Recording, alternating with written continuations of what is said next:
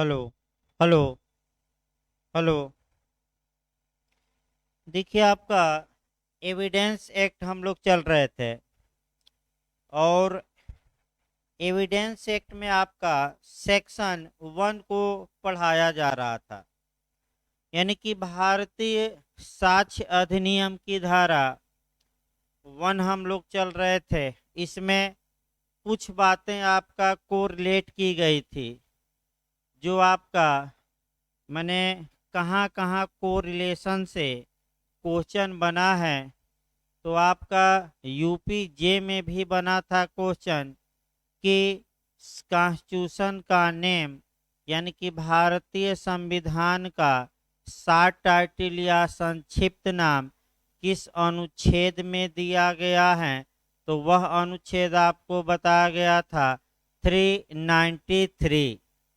फिर आपका कोरिलेट करके कॉन्स्टिट्यूशन का प्रारंभ भी बताया गया था, अनुच्छेद या आर्टिकल 394।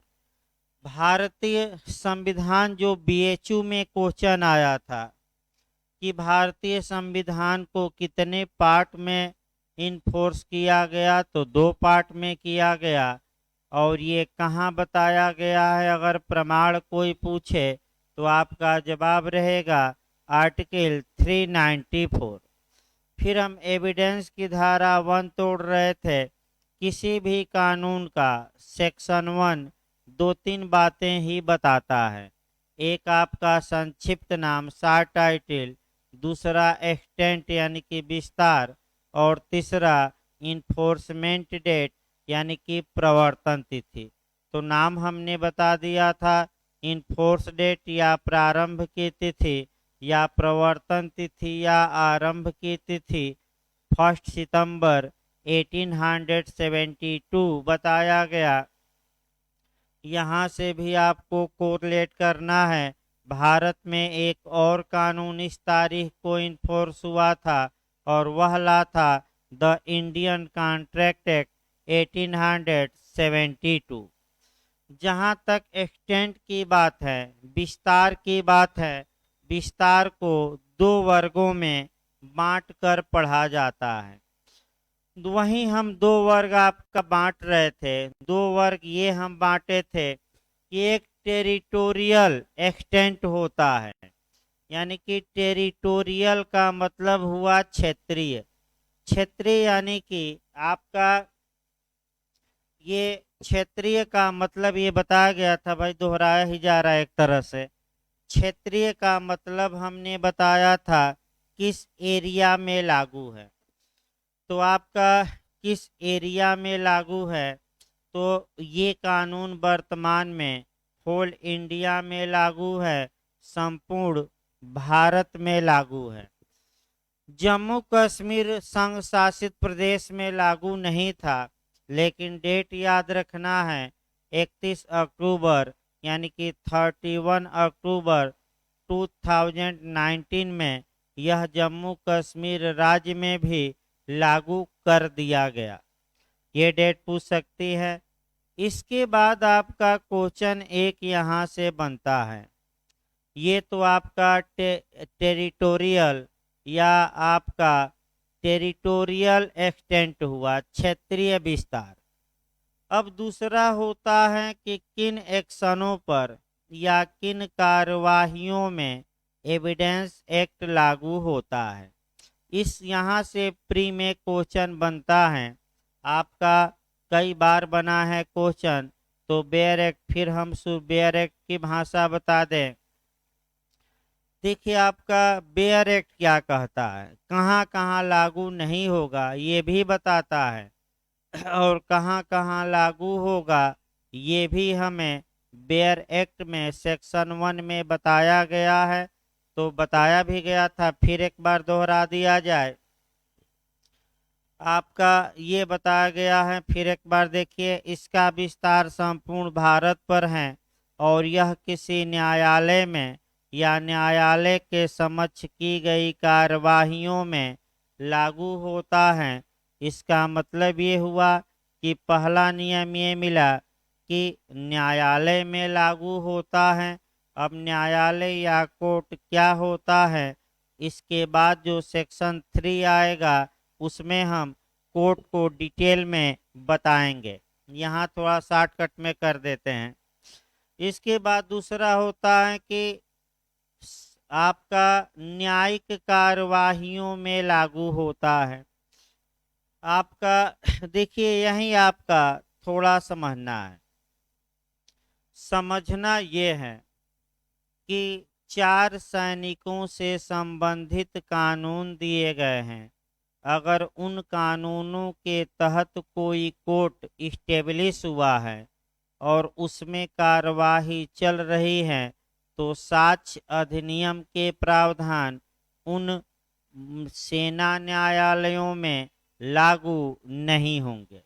लेकिन अगर इन 4 सैनिक के जो कानून हैं इससे भिन्न कोई कानून हो, चाहे सेना का हो या कोई हो, अगर ऐसी दशा में उसमें एविडेंस के प्रावधान लागू होंगे तो अपवर्जित कितने को किया गया है, केवल 4 कानूनों को, ये याद रखना है।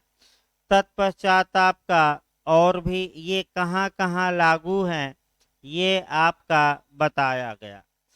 अब एविडेंस एक्ट कहाँ कहाँ लागू नहीं है ये काफ़ी महत्वपूर्ण हो जाता है और यहीं से क्वेश्चन बनता है। फिर हम एक लिस्ट बनाकर चलते हैं कि कहाँ कहाँ लागू नहीं है। तो पहला हम दिखा दिए, 4 सेना कानून बता दिए इस पर लागू नहीं है। अगला आता है आपका इसमें कि कहाँ लागू नहीं है, तो शपथ पत्र यानी कि जो एफिडेविट है, यानी कि किसी न्यायालय या ऑफिसर के समक्ष जो एफिडेविट या शपथ पत्र दिया जाता है उस पर एविडेंस एक्ट लागू नहीं होता।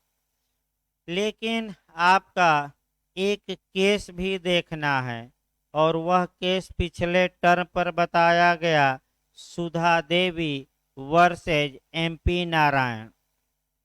इस केस में उच्चतम न्यायालय ने ये कहा कि यदि न्यायालय सीपीसी के आर्डर 19 के रूल 1, 2 या 3 के तहत शपथ पत्र लेता है तो उसे उस पर एविडेंस एक्ट लागू कर सकता है।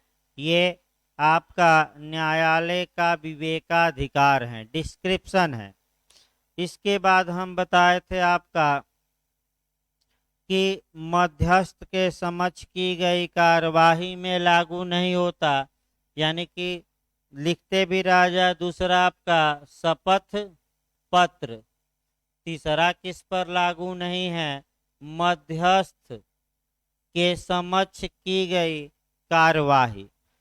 अब मध्यस्थ के समक्ष की गई कार्यवाही क्या होती है, आपका 2 लाइन समझना है सबके बारे में। आर्बिट्रेशन कहा जाता है, यानी कि जो आर्बिट्रेशन के समक्ष कार्यवाही होती है वहाँ एविडेंस के नियम लागू नहीं होते। तो आखिर मध्यस्थ होता क्या है, मध्यस्थ मतलब ये हुआ कि न्यायालय से बाहर मामले को निपटाने के लिए आर्बिट्रेटर की व्यवस्था की गई है और वह आर्बिट्रेटर गवर्न आपका होगा मध्यस्थम एवं सुलह अधिनियम 1996 से गवर्न होगा। तो आखिर न तो सीपीसी लागू होगी उस पर, न ही एविडेंस एक्ट लागू होगा, लेकिन लिमिटेशन एक्ट लागू होता है। तो आखिर वह कार्यवाही कैसे करता है, तो न्याय के आधार पर, प्राकृतिक न्याय के आधार पर, उचितता के आधार पर वह कार्यवाही को संचालित करता है, सीपीसी और एविडेंस के आधार पर नहीं। आइए, अब बिहार में ये पूछा था कि जो मध्यस्थ, अब चूंकि कोरिलेट करके भी हमें चलना है और निश्चित तौर पर 3-4 क्वेश्चन निकालते रहना है। मध्यस्थ के समक्ष मध्यस्थ जो निर्णय देता है यानी कि आर्बिट्रेटर जो जजमेंट देता है उसको क्या कहा जाता है। ये क्वेश्चन आपका बिहार जे में पूछा गया था। तो मध्यस्थ द्वारा दिए गए निर्णय को एवार्ड कहा जाता है। एवार्ड का मतलब हुआ आपका पंचाट। याद रखिए क्या कहा जाता है, पंचाट। ये याद करके जाना है। अगला हम देखते हैं आपका इसके बाद न्यायालय की अवमानना, यानी कि कंटेम्प्ट ऑफ कोर्ट, न्यायालय की अवमानना। अब ये समस्या आई कि क्या कंटेम्प्ट ऑफ कोर्ट में एविडेंस एक्ट के नियम लागू होते हैं कि नहीं। ये क्वेश्चन यूपी एपीओ में आ चुका है, यूपी जे में भी आ चुका है। अगर ऐसा क्वेश्चन पूछे कि क्या कंटेम्प्ट ऑफ कोर्ट में एविडेंस एक्ट के प्रावधान लागू होते हैं कि नहीं, लागू नहीं होते। याद रखिएगा क्यों, क्योंकि आपका कंटेम्प्ट की कार्यवाही क्वासी जुडिशियल होती है, अर्ध न्यायिक होती है, और इसीलिए आपका सुप्रीम कोर्ट का एक केस जिम्मेदार है, सुखदेव सिंह वर्सेज पेप्सू राज्य केस। आप अगर कोई पूछे तो केस रट कर जाइएगा। सुखदेव सिंह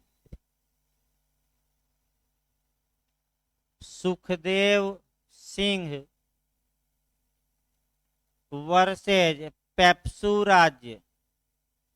ये जो पटियाला पंजाब इत्यादि था इनको मिलाकर पेप्सू राज्य बना था, और 1956 में इसे आपका समाप्त कर दिया गया था। इस केस में उच्चतम 1954 सुप्रीम कोर्ट इस केस में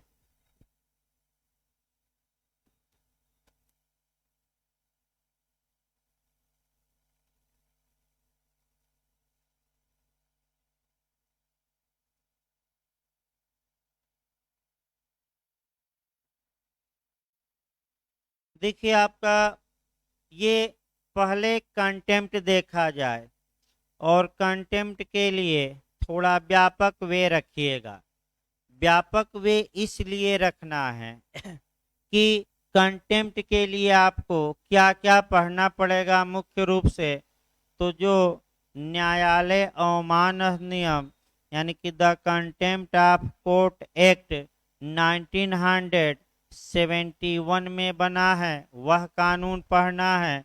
फिर मुख्य रूप से जो आर्टिकल है कॉन्स्टिट्यूशन का, उसमें 129 पढ़ना है, 142 पढ़ना है, और 215 पढ़ना है। और कंटेम्प्ट होता क्या है, थोड़ा बहुत 2-2 मिनट इसको, हर एक चीज को 2-2 मिनट ही सही डिटेल में हम बताते जा रहे हैं। आइए देखा जाए। देखिए न्यायालय अवमान या कंटेम्प्ट होता क्या है, इस बात की परिभाषा the contempt of court act 1971 में दी गई है। कंटेम्प्ट को परिभाषित करते हुए इसे 2 वर्गों में बांट दिया गया है, 2 क्लाज में बांटा गया है। एक सिविल कंटेम्प्ट और दूसरा क्रिमिनल। सिविल कंटेम्प्ट तब होता है जब कोई व्यक्ति न्यायालय के डिक्री, आदेश या निर्णय इत्यादि को आपका निष्पादित नहीं करता या नहीं मानता, यानी कि इन्फोर्स नहीं कराता। और क्रिमिनल कंटेम्प्ट क्रिमिनल अवमान तब होता है जब ऐसा कोई कार्य किया जाए जिससे न्यायालय की अधिकारिता या इत्यादि पर इफेक्ट पड़ता हो। इन दोनों के लिए जो दंड का प्रावधान इस कानून में है, 6 मास तक का कारावास या 2,000 रुपया जुर्माना या दोनों। अधिकतम कितनी सजा है? 6 माह तक की। अब ये समस्या आई कि उच्चतम न्यायालय भी अपने कंटेम्प्ट के लिए दंड दे सकता है, तो सुप्रीम कोर्ट आर्टिकल 129 के तहत कोर्ट ऑफ रिकॉर्ड है, यानी कि अभिलेख न्यायालय है। और अभिलेख न्यायालय का दो मतलब होता है। एक तो ऐसे न्यायालय के निर्णय जुडिशियल प्रेसिडेंट का काम करेंगे, न्यायिक पूर्व निर्णय या नजीर का काम करेंगे। और दूसरा, उस न्यायालय को कंटेम्प्ट के लिए दंड देने की शक्ति होगी। तो आपसे पूछा जाए कि उच्चतम न्यायालय किस आर्टिकल के तहत कंटेम्प्ट के लिए दंड देता है, तो आपका जवाब रहेगा आर्टिकल 129।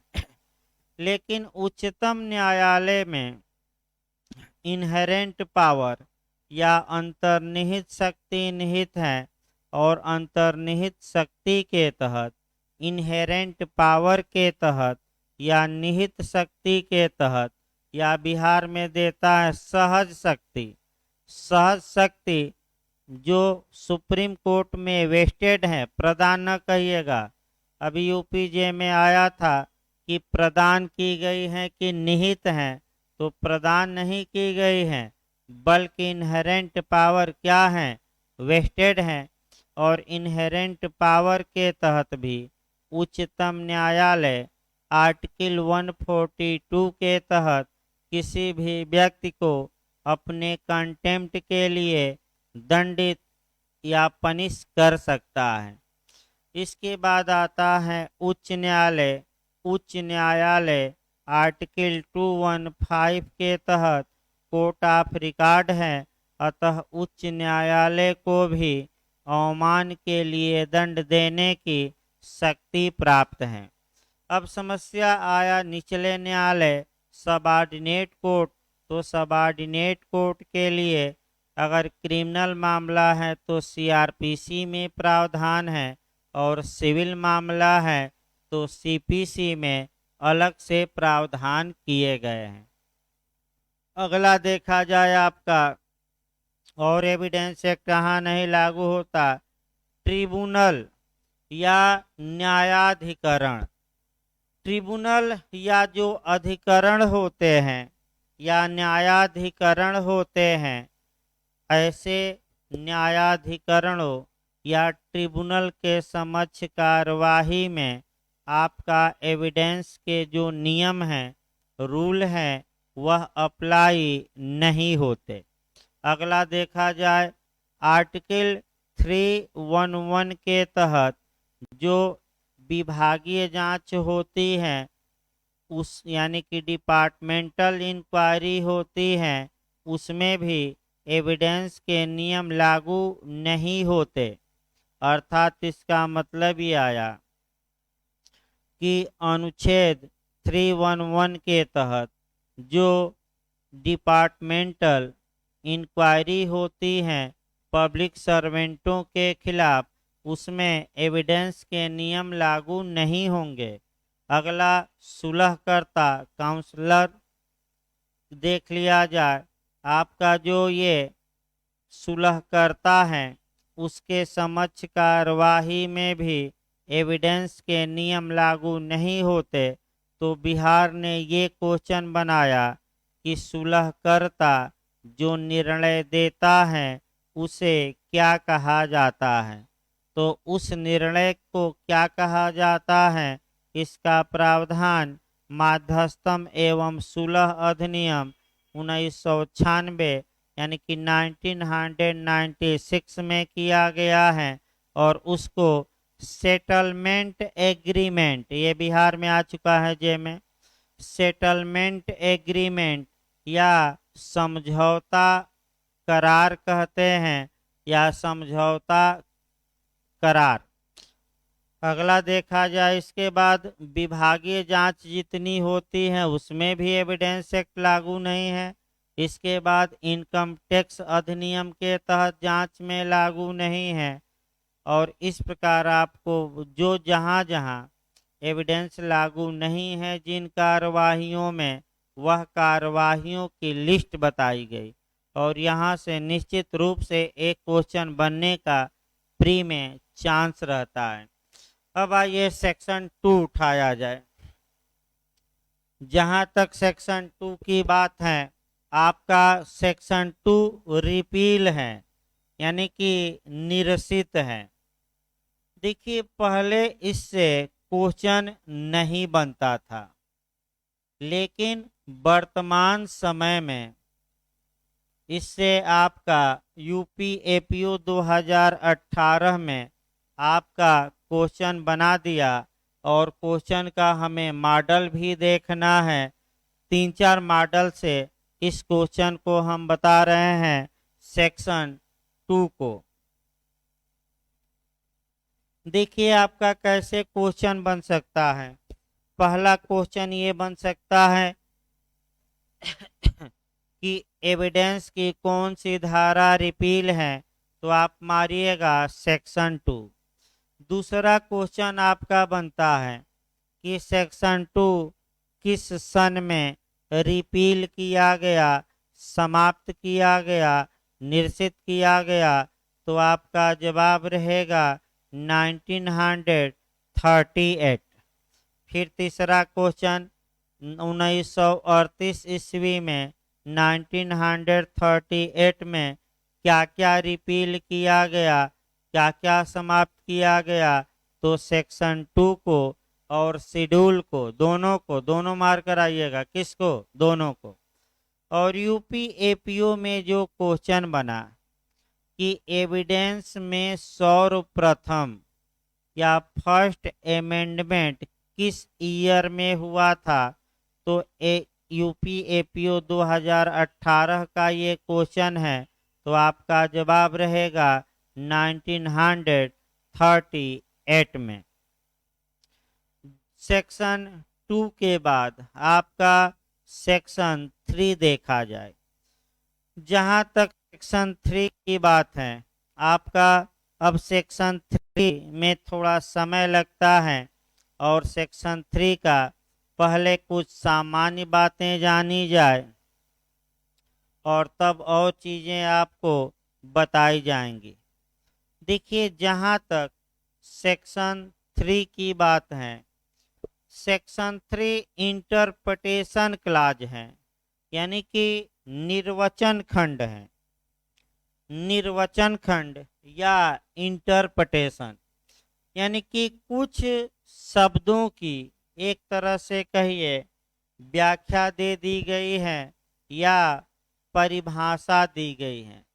लेकिन जब आप इंटरप्रिटेशन का नियम पढ़ेंगे, इंटरप्रिटेशन ऑफ स्टैट्यूट पढ़ेंगे, संविधियों के या कानूनों के निर्वचन का नियम, तो ये बात जरूर याद रखिए कि जो डिफिनीशन होता है वो उसका अलग अर्थ होता है।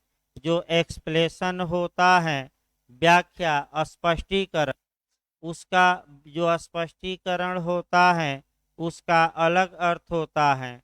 और जो इंटरप्रिटेशन होता है उसका अलग अर्थ होता है। तीनों का मतलब अलग अलग है, ये आपका याद रखना है। लेकिन आपका जो कंपटीशन में ज़्यादातर पूछा जाता है वह आपका कभी काल डिफिनीशन या परिभाषा दे देता है और कभी काल निर्वचन भी। लेकिन अगर कानूनी रूप से आ जाए तब समस्या उत्पन्न हो जाती है। आपका अगर कानूनी रूप से दे दे तब तो भाई आपको कानूनी जो शब्द दिया गया है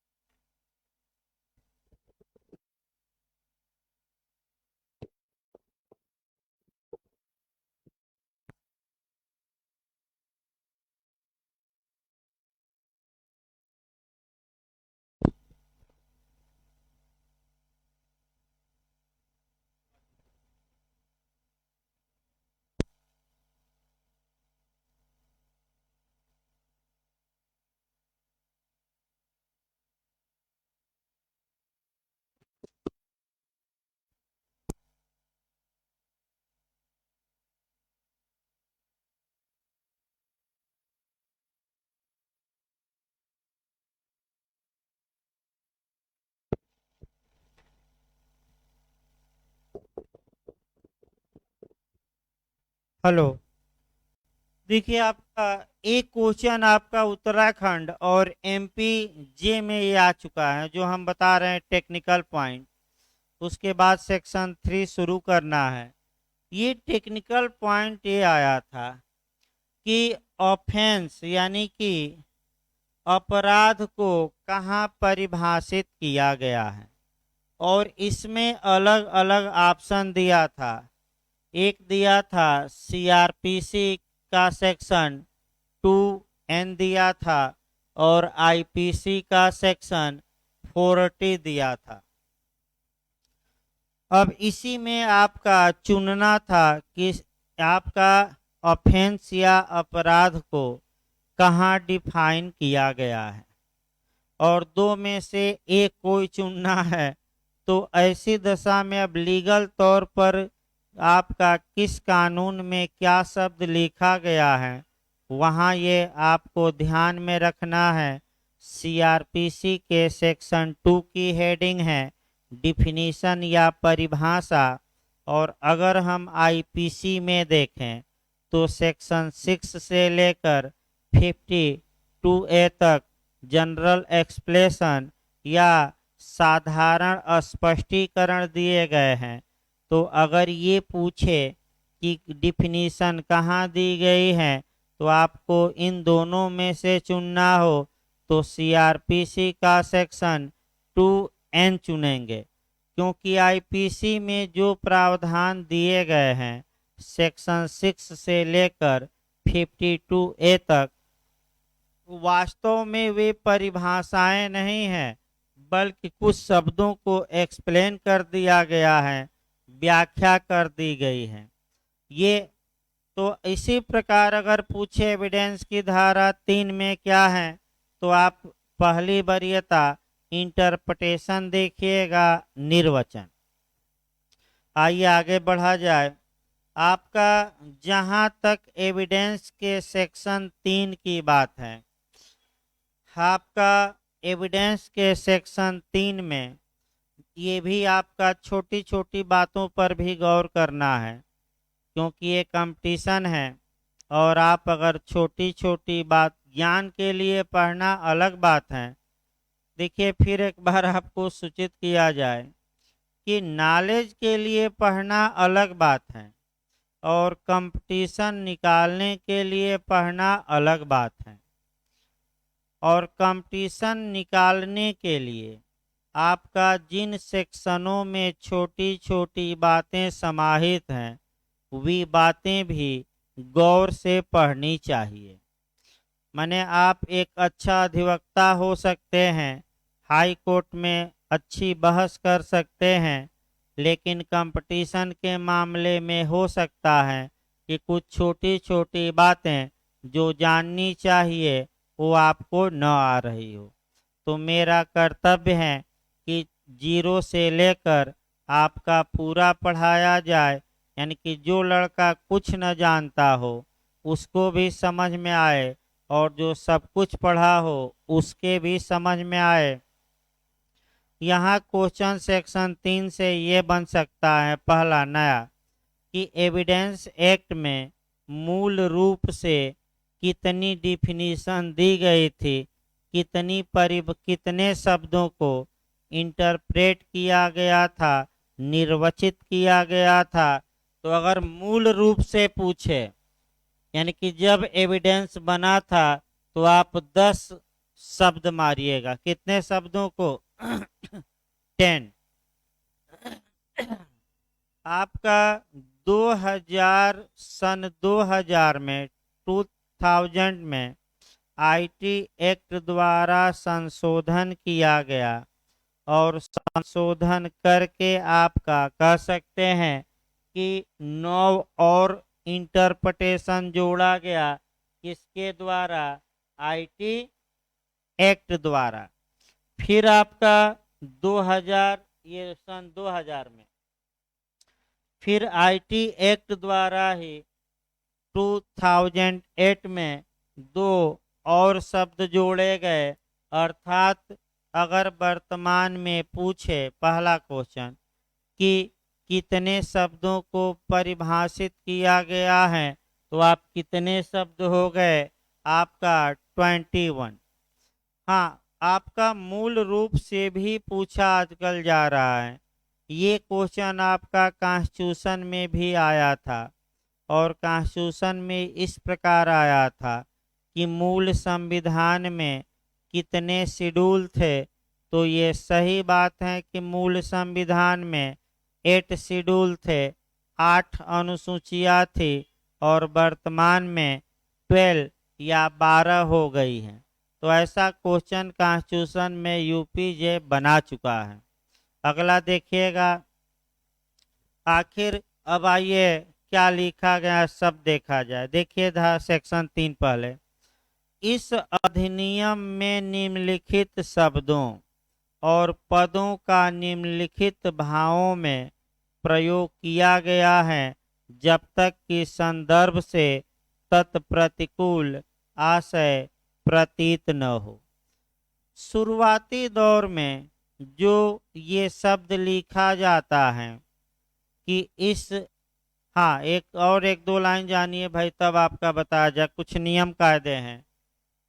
प्रत्येक जो कानून की डिफिनीशन होती है वह अलग अलग होती है, और एक कानून में जो शब्द की डिफिनीशन दी गई है वह दूसरे कानून के लिए सामान्यतः काम नहीं करती जब तक कि स्पष्ट रूप से इसका उल्लेख दूसरे कानून में न हो।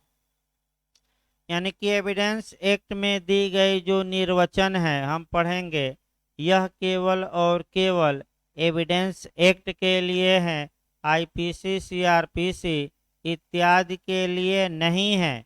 ये याद रखना है, ये केवल किसके लिए है, एविडेंस एक्ट के लिए है।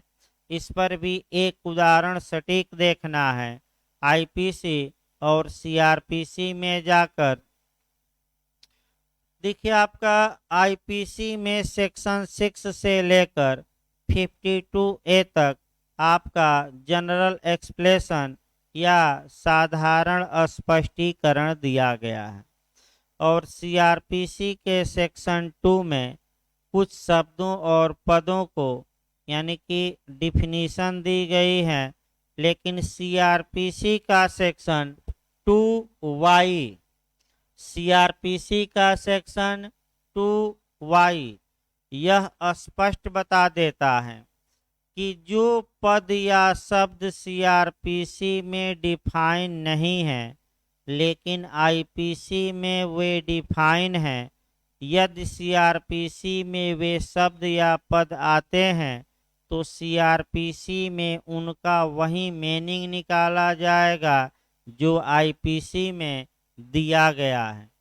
यानी कि सीआरपीसी आईपीसी की परिभाषाओं को एडाप्ट करती है, लेकिन किन परिभाषाओं को, सभी नहीं जिनकी परिभाषा सीआरपीसी में न दी गई हो। ये दूसरा नियम। तीसरा नियम ये देखना है कि शुरुआती दौर में जो ये शब्द लिखे जाते हैं, इसका मतलब ये हुआ कि सेक्शन 3 में जो शब्दों की का इंटरप्रिटेशन दिया गया है, यदि ये शब्द सेक्शन 4 से लेकर 167 तक में कहीं आते हैं तो उनका अर्थ या मीनिंग वह निकाला जाएगा जो सेक्शन 3 में दिया गया है, जब तक कि उनकी मीनिंग अलग रूप से स्पष्ट रूप से न दे दी गई हो। यानी कि अगर किसी सेक्शन में 3 का वायलेशन करना है, सेक्शन 3 का, तो अलग से उस शब्द को परिभाषित किया जाएगा। अब आइए आपका इंटरप्रिटेशन देखा जाए।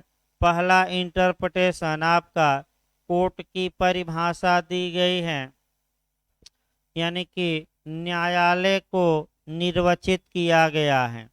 आइए न्यायालय से एक क्वेश्चन यहाँ से भी प्री में बहुत बनता है कि न्यायालय में कौन शामिल है और कौन शामिल नहीं है। तो आइए न्यायालय को के जो इंटरप्रिटेशन है इसको पहले आपका देखा जाए और तब कुछ न्यायालय की परिभाषा को कोरिलेट किया जाएगा। देखिए, जहां तक कोर्ट का इंटरप्रिटेशन है, एविडेंस एक्ट के तहत अगर कोर्ट आता है तो इसका मतलब वही होगा जो सेक्शन 3 में दिया गया है। तो आइए हम इसको तोड़ लेते हैं। सेक्शन 3 देखिए, बेयर एक्ट तोड़ना सीखिए।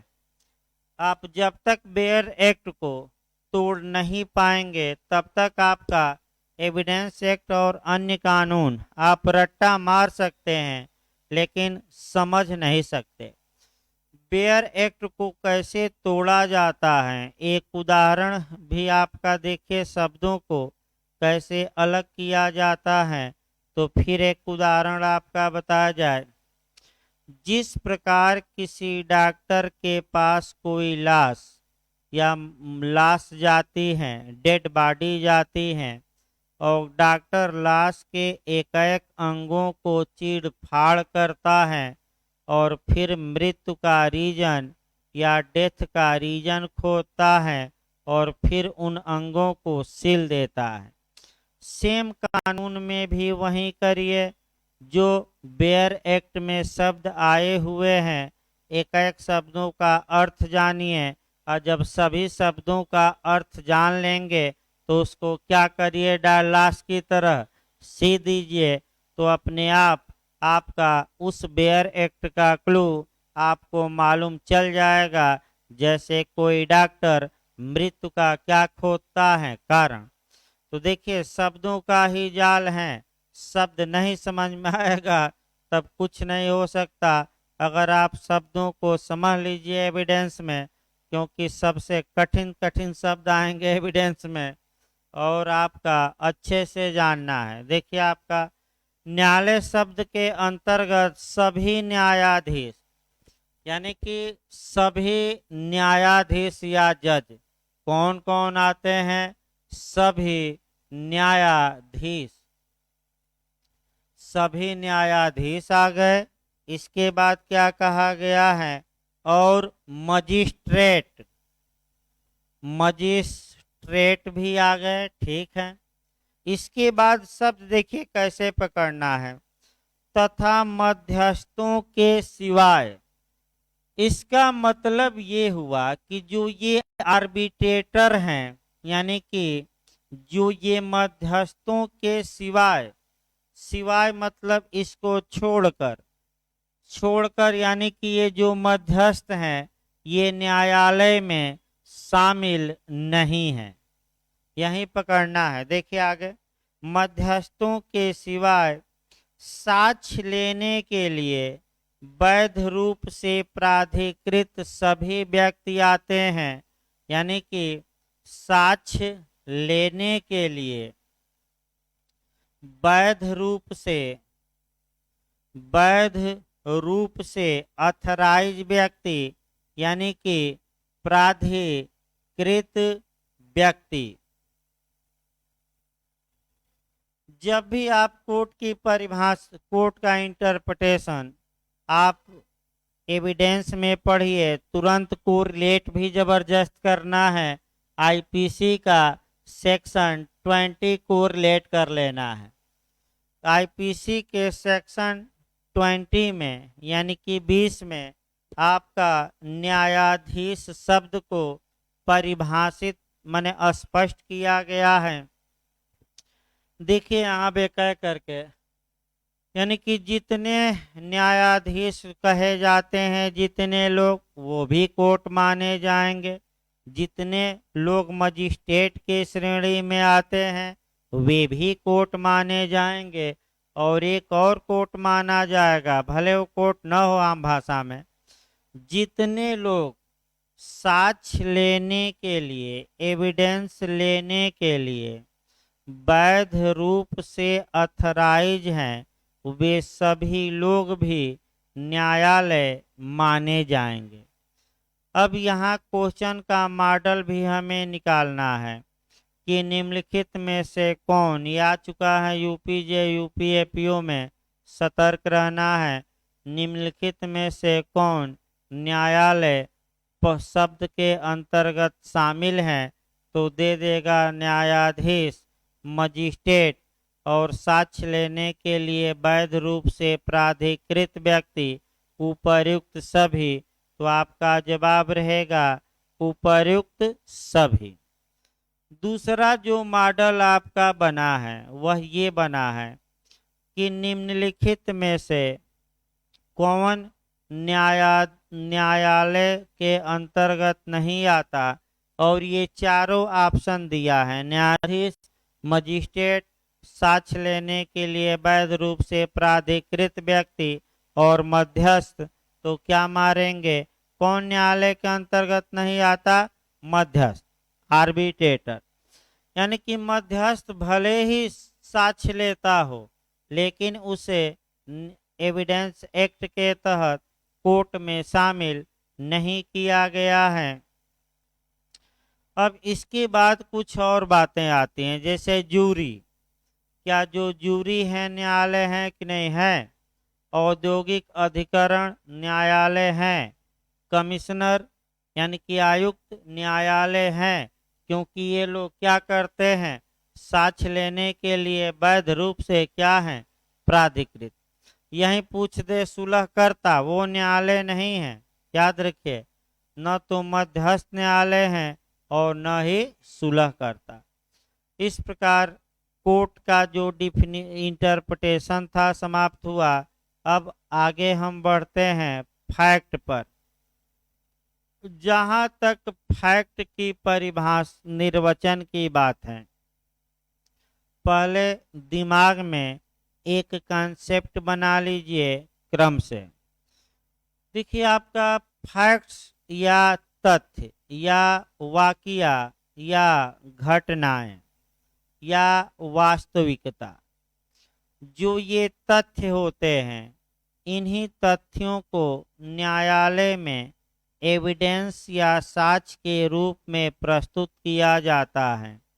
अब ये है कि क्वेश्चन पहला जो इंटरव्यू में बना है वह ये बना है कि इंस्ट्रूमेंट ऑफ एविडेंस किसे कहा जाता है? इंस्ट्रूमेंट ऑफ एविडेंस यानी कि साक्ष्य के औजार।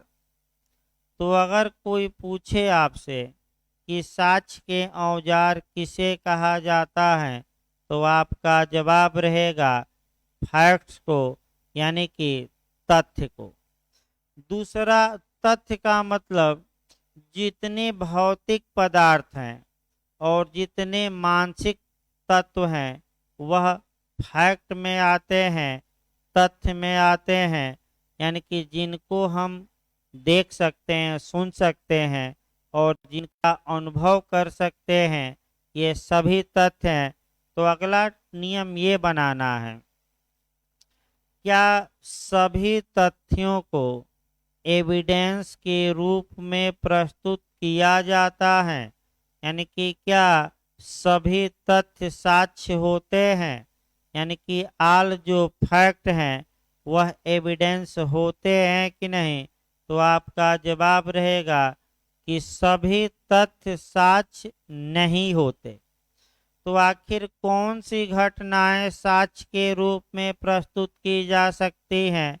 तो जो घटनाएं, जो बातें आपका सेक्शन 5 से लेकर 55 तक में आ जाती हैं, वे घटनाएं ही एविडेंस के रूप में प्रस्तुत की जा सकती हैं। यानी कि मॉडल, अभी सामान्य बातें चल रही, मॉडल ये बनाना है कि सभी तथ्य साक्ष्य नहीं होते, लेकिन सभी साक्ष्य तथ्य होते हैं। जैसे कि आपका 4-5 क्वेश्चन इस पर और बनाना है। पहला आपका बनाना है 2 आईपीसी के सेक्शन को रिलेट करके 299 और 300 पर बनाना है। ये क्वेश्चन यूपी जे में आ चुका है। आपका अच्छे से याद रखना है कि प्रत्येक आपराधिक मानववध, मर्डर या हत्या नहीं होता, लेकिन प्रत्येक हत्या आपराधिक मानववध होती है। ये अंशतः सत्य है कि अक्षरशः तो ये वर्ड बाय वर्ड ये बात क्या है, ट्रू है। इसी प्रकार प्रत्येक उपहत्य घोर उपहत्य नहीं होती, यानी कि प्रत्येक हर्ट ग्रीवियस हर्ट नहीं होता, लेकिन प्रत्येक ग्रीवियस हर्ट होता है।